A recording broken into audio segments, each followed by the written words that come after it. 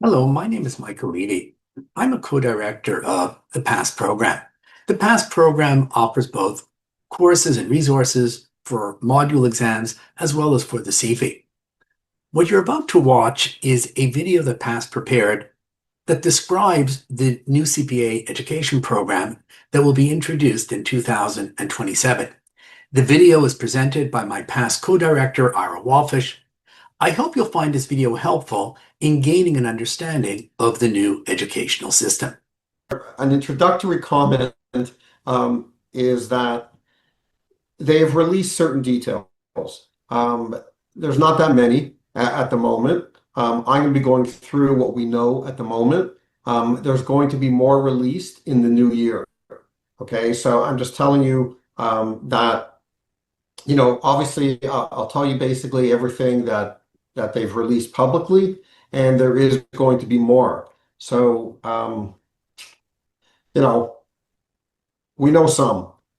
All right, so it's starting in they're launching in January 2027. So I'm assuming there's people here that are graduating in the spring of 2026. A typical question would be, can I enter the current program? Can I still enter the current program if I graduate in the spring of 26? So the answer is yes. So it is kind of important to know, so when does the current system end? Like, when do I have no choice? When do I have to go into the new program? So the last offering of Core 1 begins in January of 2027, and Core 2 is July of 2027. So if you graduate, you don't have a problem if you graduate in spring of 2026. The electives, the last one, the final offering is January 28th, and the exam would be March of 28. So by March of 28, that's it. That's the final exam for the electives, and then the existing system will be gone. Okay, any questions? Does that make sense? Okay, now, how many CFEs do we have left? Well, we have two this year. June of 26. We have June and September of 26. But in 27 and 28, there will only be one. There's not going to be a May-June CFE in 27 or 28. So, if you start spring of 26, if some of you here, I'm sure are graduating in the spring of 26, you can still write the CFE. Either you'll end up writing the CFE in 27 or 28. Now, you guys know that there's 3 opportunities to write the CFE. So if you start in 27, hopefully you'll pass. If you don't pass in 27, September, you could then write in September 28, second time. If you ended up failing in September 28, you would have to transition into the new system.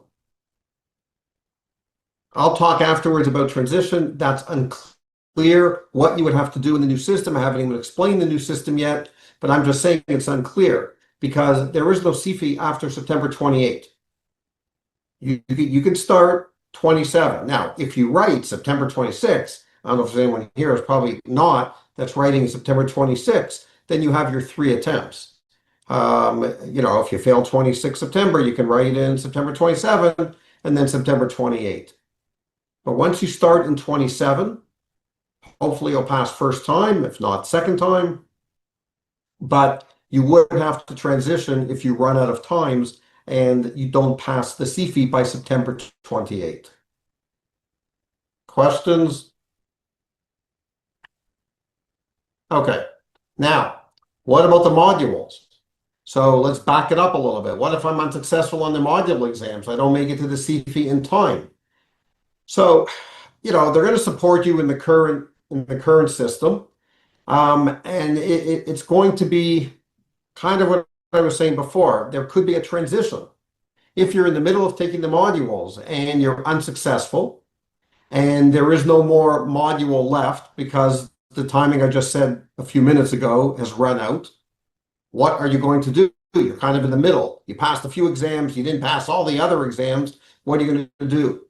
So they have a whole link here. Now, let me just, I think I want to put this in the chat. Oops, sorry. Can I copy this one sec? I'm going to go away from the slide mode because I want to copy this link. We didn't Yeah, give. I'll just copy it in for you Oh, because you it's want to easier. copy? Oh, okay, You're in great. the presentation mode, so I'm just copying in the link. That's I've right. Oh, copied it in. okay, great. Okay, thank you. Michael's copying the link. Um, Look, I'm not going to lie, it's a little confusing. They go through all the different like possibilities. Like, what if I finish core one exam? What if I finish core two exam? Depending on the timing. What if I finished an elective exam? They go through all the different like possibilities and they show you like a whole little chart and they show you, okay, here is how you would transition into the new system, which again, I haven't really explained yet. But so the bottom line is there will be a whole transition if you're caught in the middle, which some people may be caught in the middle, and you want to move into the new system. Oops.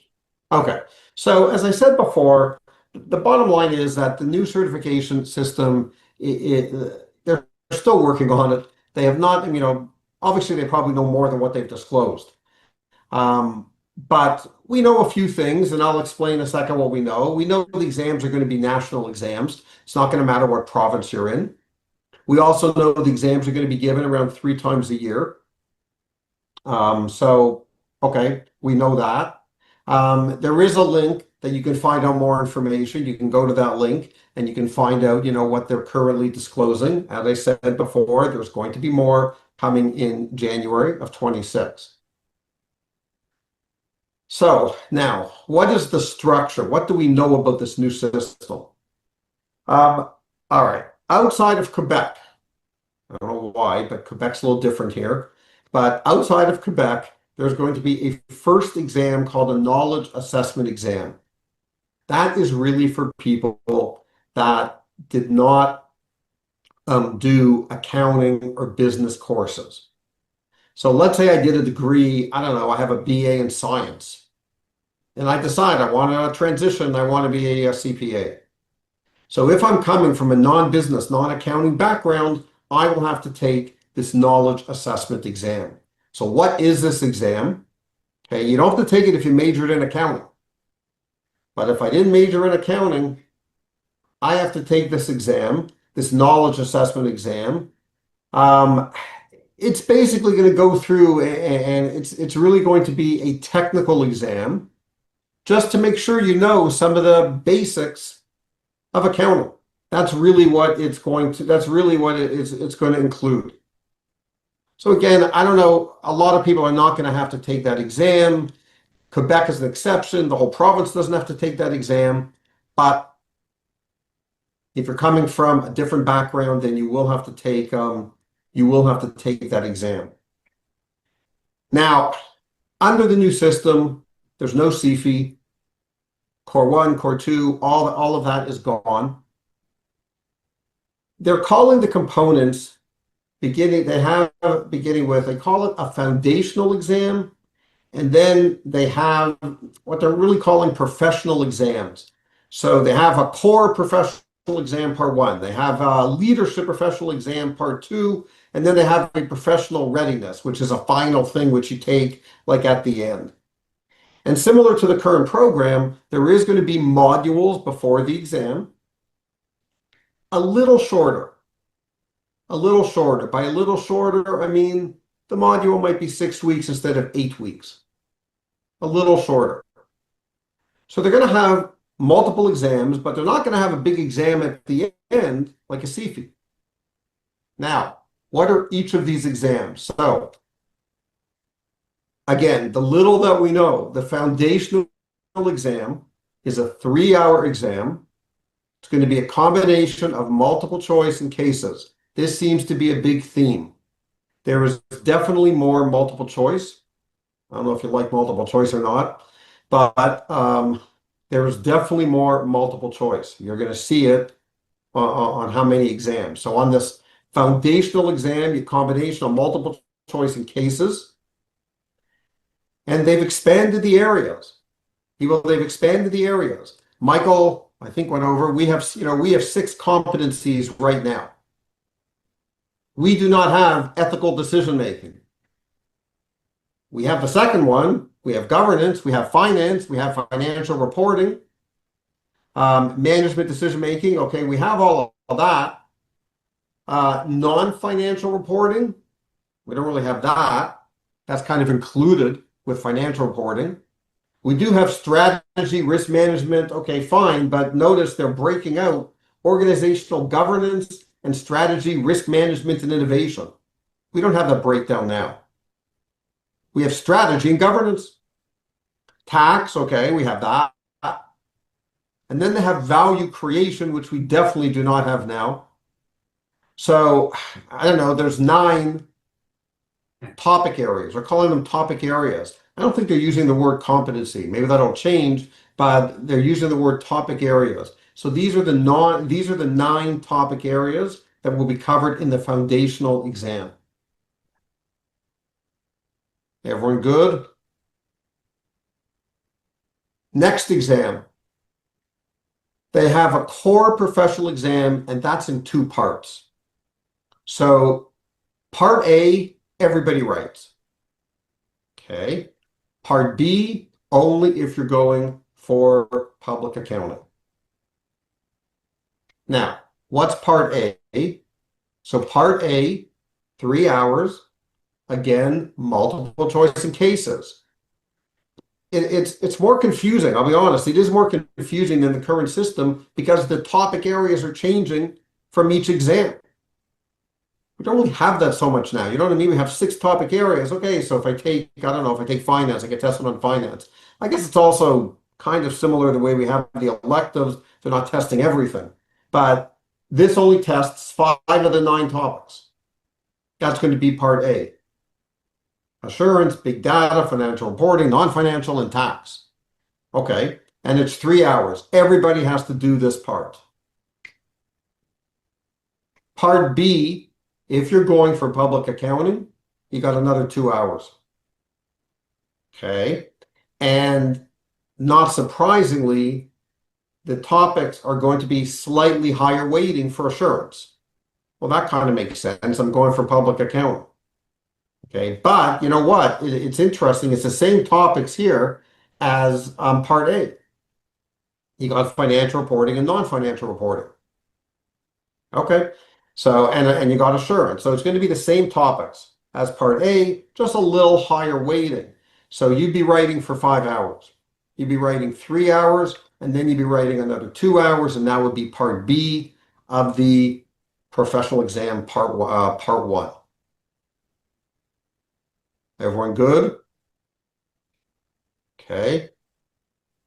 Then you have part 2. They call that CPA leadership.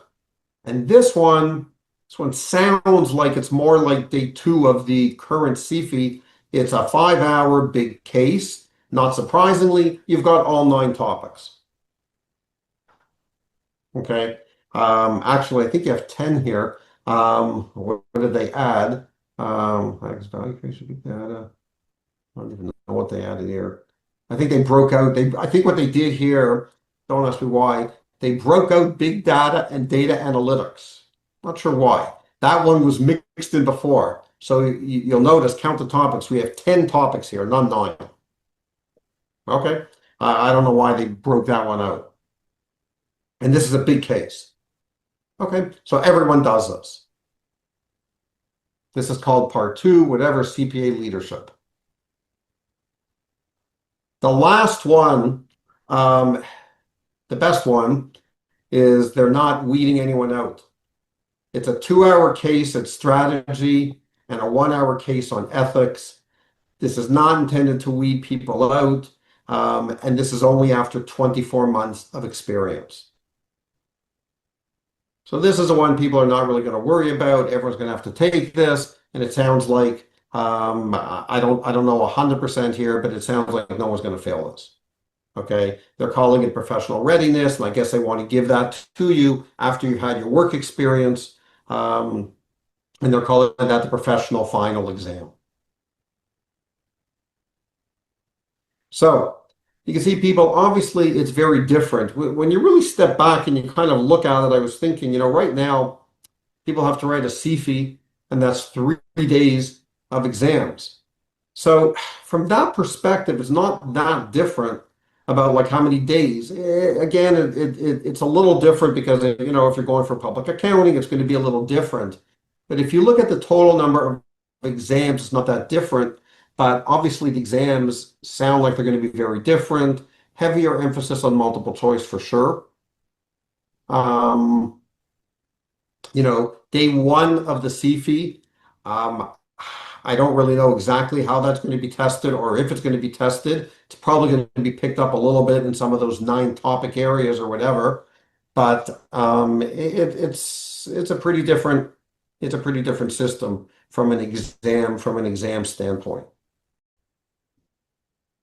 I hope you found the video helpful. PASS also has a number of other videos you may want to watch if you haven't watched them already.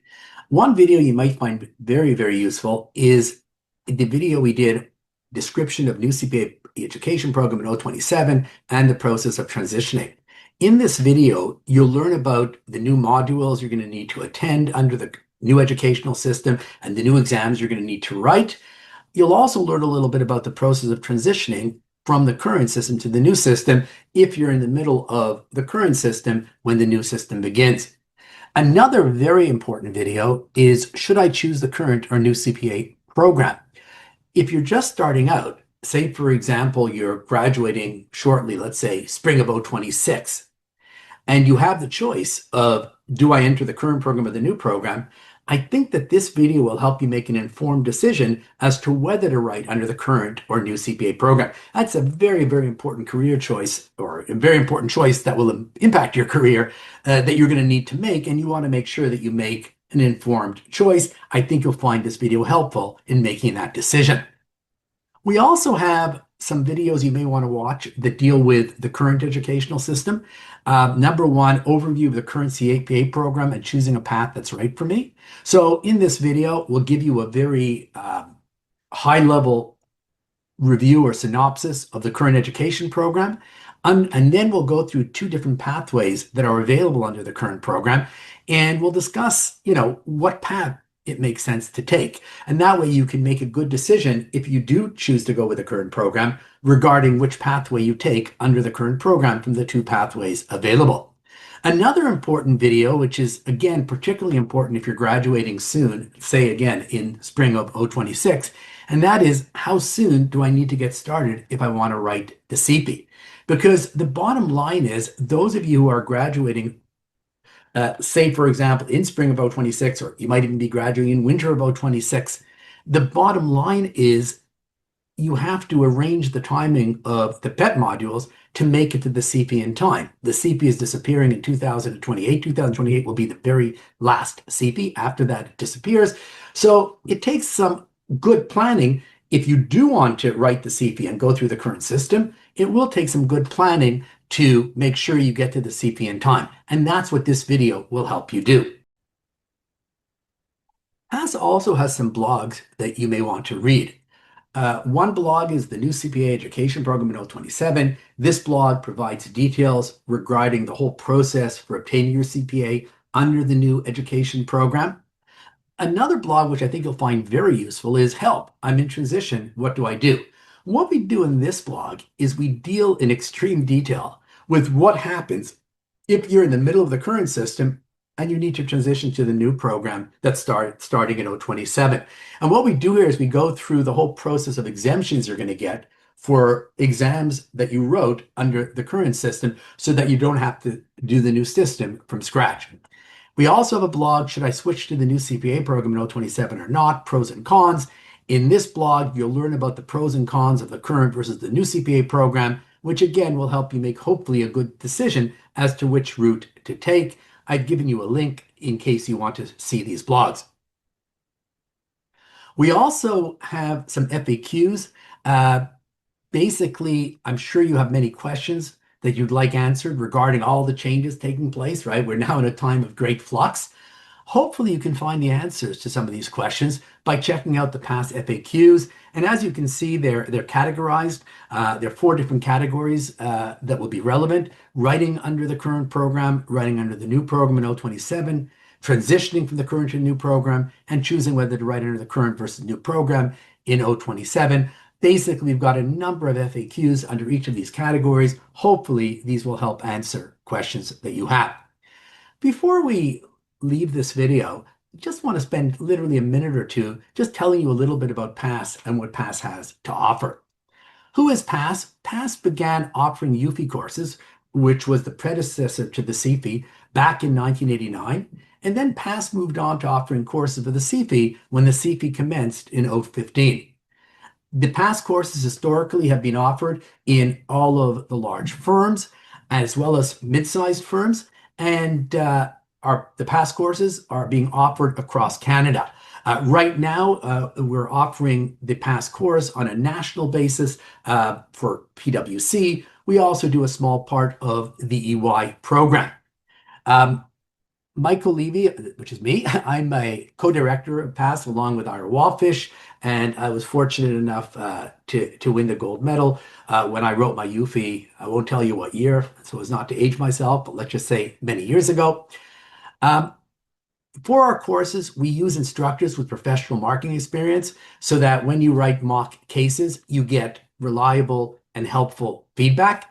And one thing I'm really, really happy to say is that we've had excellent feedback from our students. If you look at the Google reviews or you look at the testimonials on the PASS website, I think you'll see that our reviews have been consistently very, very good. Let me just spend just a very quick moment just talking about what we currently offer under the current CPA education program. Basically, we have resources and courses for students taking modules. The issue with the modules is they don't generally provide a comprehensive technical review. Anybody who's been through the modules knows that the purpose of the module is not to do a technical review of all the material you'll need to pass the exam. So what we do is at PASS is we provide extensive resources to supplement the module and help the students improve their chances of passing. And as I said, we have materials, we've got courses, we've got videos, basically whatever you like effectively is available. The courses available cover both technical material as well as a chance to write practice cases. You can take a course for an individual module exam, or you can take a package that includes more than one module exam. You can take a package that includes all 4 exams that you're going to have to do, Core 1, Core 2, and the electives. The study materials and videos are also available for either reviewing your technical or improving your case writing. Technical materials includes concise summaries of technical materials, as well as hundreds of multiple choice and other types of objective format questions that you can use to both master the material and get practice for the exam. You can purchase a study binder either with or without videos that covers multiple competencies or an individual competency. You can also acquire practice cases for the module exams. That gives you an edge by giving you the opportunity to write additional cases that are meant to be representative of the case you'll actually, or cases you'll actually write in your module exam. If you're interested in any of what I've just discussed, I've given you links for courses, technical material, and practice cases. We also have resources available for students who aren't going through all of PEP, who are doing accredited programs, because what we found when we spoke to people who've been through accredited programs is they don't always feel adequately prepared for the CFI. Even if they don't have to write the module exams, they still have to write the CFI. And as a result of that, they often want additional material to help supplement what they did at university. Sometimes there can, for example, be a gap in your university program where a particular technical area wasn't dealt with sufficiently, so people often find it helpful to get supplemental technical material. Also, people find our technical material useful because many of the accredited programs finish many, many months before the student actually writes the CFI, and that gives them a lot of time to forget their material. Therefore, they want to do a refresher. They want to review the technical material so they can do well in the exam. And I've given you the link for technical resources that will be helpful to accredit students who have attended an accredited program. We also offer courses for the CFE, basically case writing as well as technical prep. Our main course is the comprehensive course, which covers all the bases you need in terms of case writing for the CFE. There's also a short introductory case writing course that we offer. And we also offer 2 technical courses specific to the CFE, one in financial accounting, one in management accounting, given that these areas are the most heavily tested areas on the CFE. If you're not at the stage of the CFE yet, this will not be of great interest to you, but once you get to that stage, you may want to take a look at this link. The courses we offer are intended to offer maximum flexibility. We offer the courses live online, but we also video all of our classes, and these videos are available 24/7. We make a point of offering our courses outside business hours so that you can be working while you take our courses. We realize that many students will be working, and therefore we need to accommodate them. If you have any inquiries relating to the current CPA program or the future program, or you have any questions on decisions you need to make, or you have any questions on what PASS can do to help you, or any questions, period, please feel free to contact me, Michael Levy, or my partner, Ira Wallfish. I've given you our email contact information. I've also given you our phone numbers, which is also our WhatsApp numbers. I really hope that you found this video helpful. Take care.